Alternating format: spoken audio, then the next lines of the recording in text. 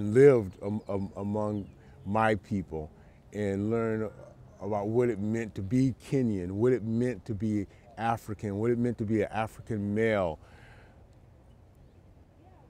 It was an exploration into me, and it helped me better define. It helped me define myself in a good way. It was for the first time in my life I could start seeing myself in a positive. Well, sorry. For the first time in my adult life, I was able to start looking at myself and exploring the possibility that I wasn't inherently bad, that I wasn't inherently broken, that there might be something good about me, that I might have some good qualities. And I discovered most of that while I lived in Kenya. And these are the segments. I mean, you're so articulate. It just you're going to make our editing a whole hell of a lot easier. There is something to the effect that what I'm hearing as an overall statement from you, Anthony, is sometimes PTSD is attributable to specific events that happen to an individual. There was a car accident, or there was a particular event in the military. But there's also a lot of people who will take the position that living as a minority person is of itself, that collection of events, those things that happen, produce the trauma. Mm-hmm. And so, to the extent that you feel comfortable saying it, I think a statement to the effect that, I think there are at least a couple of events, traumatic events that happened in my life that contributed to it. And I think, being an African American living in America, both of these things contributed to my PTSD. And if I can get that in a sentence, it's like the topic sentence in an essay. And everything else will flow out of that. So if you're comfortable with that idea, that it's both specific events and generally being an African American, if you can give me something to that effect, it'll make our cutting. But again, I never want to put words. Yeah. And I think I know what you're looking for, and I can give it to you. I think I've experienced a lot of trauma in my life. I've known a lot of death, unfortunately, and I had these events that caused me to have PTSD.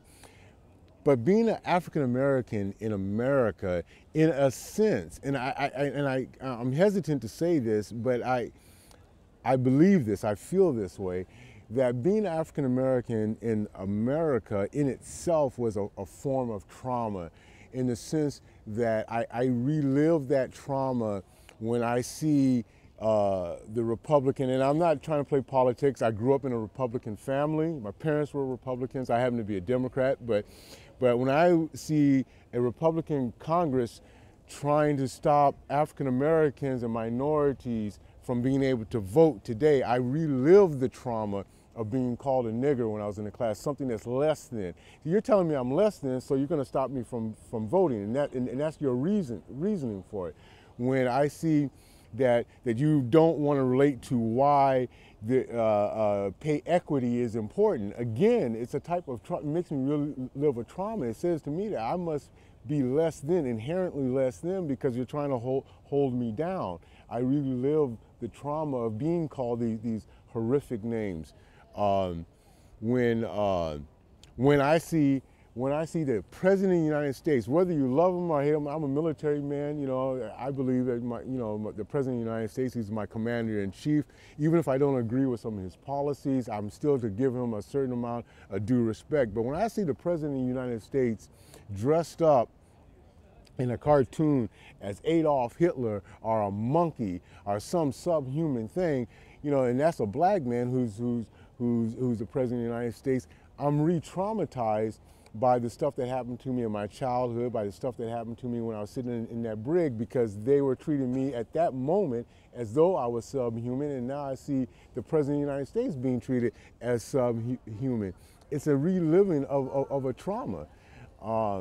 In as much as I identify with this black skin and trauma being related to this black skin, it is a form of PTSD. It's a form of PTSD symptomology, seeing these things going on around me. Outstanding. I'm going to ask one more question, then D, if you want to ask some questions. Pretty low on battery. Okay. 5 years from now? 20 years from now, dude. 5 in 10? Or 5 in 20? 5 years, who are you going to be? Well, 5 years from now, if I haven't given, you know, and I'm laughing when I say this, but unfortunately, it's my reality. If I haven't blown my head off, if I haven't killed myself in 5 years, you know, I'd like to have my doctorate. I'd like to be working with other veterans that have gone through things that I've gone through. I'd actually like to have my own clinic where that we're specializing in working with veterans who have suffered various types of trauma. And then I want to go home. I want to go home. I want to go back to Africa, and I want to get a little mud hut with a bunch of land around me, and drink traditional beer out of a straw and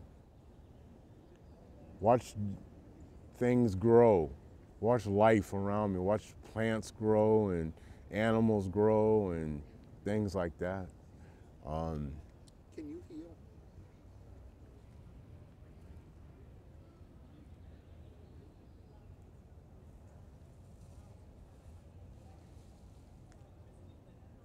I don't know.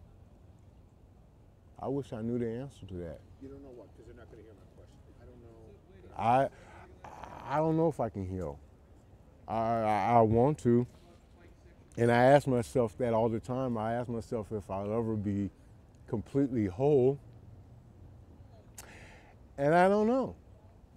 Today I'm not completely. I put on a pretty good show, you know, but I can't let anybody too close to me else they'll see the truth, you know. I'm broken, but I don't know if I can heal. I want to heal, but I really don't know. Thank you. What we have to get D are shots of his hands, both from the front and from the back, various kind of cutaways. So how much battery time do you think I have?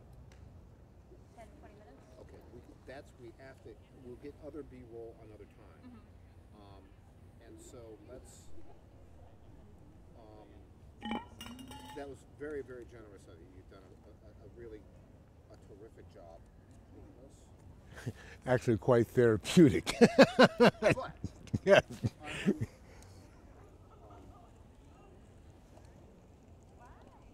Got lots to talk to my counselor about now. Just like warming up.